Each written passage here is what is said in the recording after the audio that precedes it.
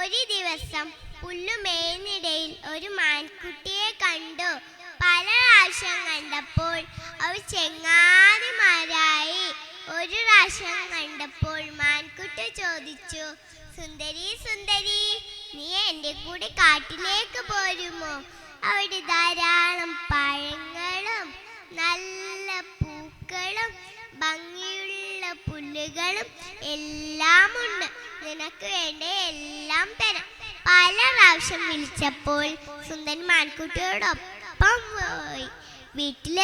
കാട്ടിലെത്തിയപ്പോൾ സുന്ദരി പറഞ്ഞു, മാൻകുട്ടി മാൻകുട്ടി.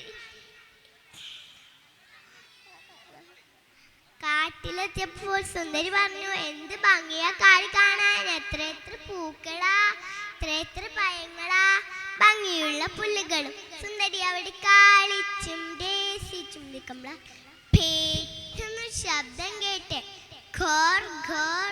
സുന്ദരി പേടിച്ചു പോയി.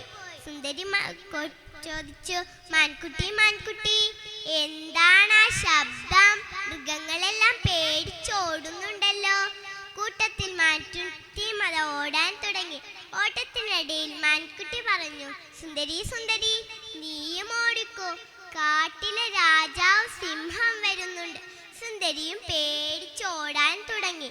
ഓട്ടത്തിനിടയിൽ സുന്ദരി പറഞ്ഞു, മാൻകുട്ടി മാൻകുട്ടി, ഈ കാടിന്റെ ഭംഗിയെക്കുറിച്ച് മാത്രം പറഞ്ഞുള്ളൂ, ആ ഭംഗിയെക്കുറിച്ച് നീ ഒന്നും പറഞ്ഞില്ലല്ലോ, അതെന്തേ? എനിക്കിപ്പോ മനസ്സിലായി. പരിചയമില്ലാത്ത കൂട്ടുകാരെ പെട്ടെന്ന് വിശ്വസിക്കരുത്. അതും പറഞ്ഞ് സുന്ദരി വീട്ടിലേക്ക് ഓടി. പാവം അപ്പു സുന്ദരിനും കാത്തു വിട്ടിട്ട് തന്നെ നിപ്പുണ്ടായി. സുന്ദരി വന്നപ്പോൾ അപ്പോൾ സന്തോഷമായി. പിന്നെ ഒരിക്കലും സുന്ദരി കാട്ടിലേക്ക് പോയതേയില്ല.